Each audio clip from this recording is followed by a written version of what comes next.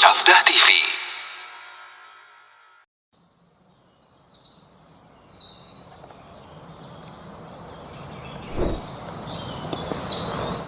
Adapun barangkali dakwahnya ya sekarang.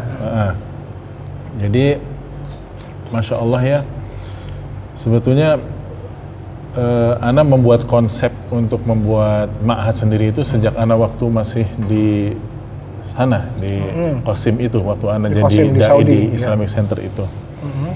Ya coret-coret gimana caranya buat ma'had, lembaga pendidikan sunnah yang berkualitas ya dan relatif murah, terjangkau lah.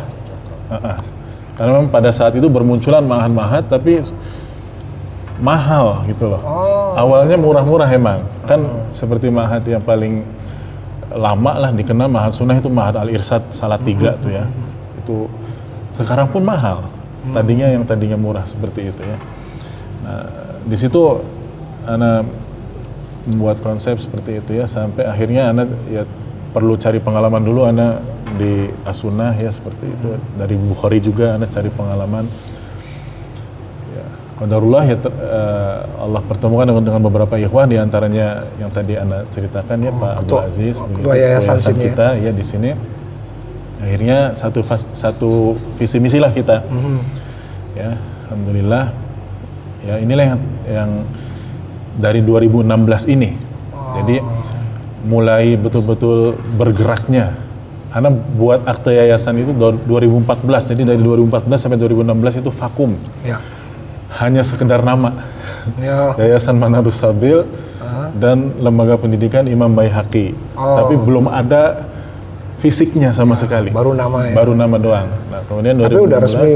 Iya, ibaratnya sudah resmi ada gitu ya, secara yayasan ada semua. Ya, kemudian baru kita, alhamdulillah ya, semua ini skenario Allah ya, subhanallah ya, Allah yang mengatur begitu. Ada pewakaf ya, yang mewakafkan tanahnya di sini. Beliau orang sini ya, orang sini asli. Jadi orang tua beliau sebetulnya punya tanah, cuman sudah meninggal lama. Jadi kalau beliaunya sih masih bekerja ya, beliau kolonel ya, aktif di sana di Jakarta lah seperti itu, di Halim ya seperti itu. Beliaulah yang pertama menawarkan ke Ana tanah plus 3 kelas. Ingat aja ini kelas pertama, kedua, ketiga itu loh. Dengan semua fasilitas dari beliau, biayanya itu. Ustadz mau nggak ini ngelola, saya mau bikin SD. Ustadz kan sudah ada yayasan katanya begitu.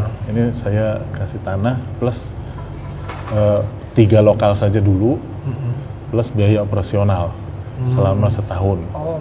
Karena iyakan saja sudah, bismillah udah. Iyalah. Bismillah. Alhamdulillah beliau ya, sesuai perkataan beliau. Dari situlah kita juga mulai berpikir, masa SD cuma 3 kelas doang? Ya, kita buka kelas 1, kelas 2 waktu itu, pindahan-pindahan. Ternyata tahun depannya makin banyak. Nah, disitulah kita mulai komitmen share BC-BC donasi. Jadi semua bangunan ini nih murni dari donatur ya, dari semua donatur ya, seperti itu. Ya banyak banget donatur, ya, banyak banget ya, nggak bisa kita sebutin satu-satu.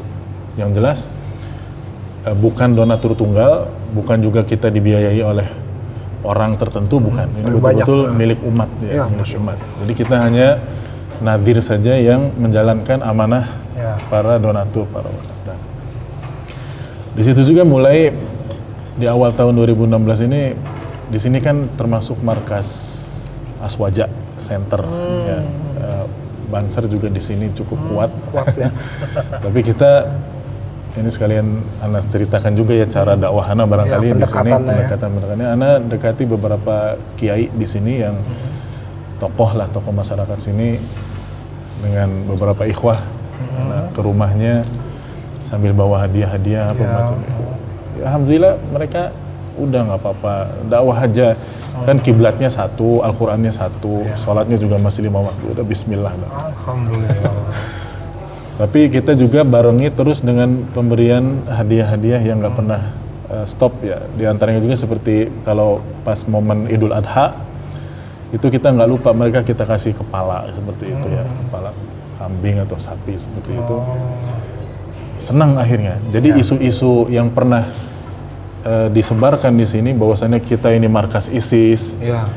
Bahkan beliau Pak Abdul Aziz ini pernah sempat disebut komandan ISIS untuk wilayah Cirebon tanpa ada bukti.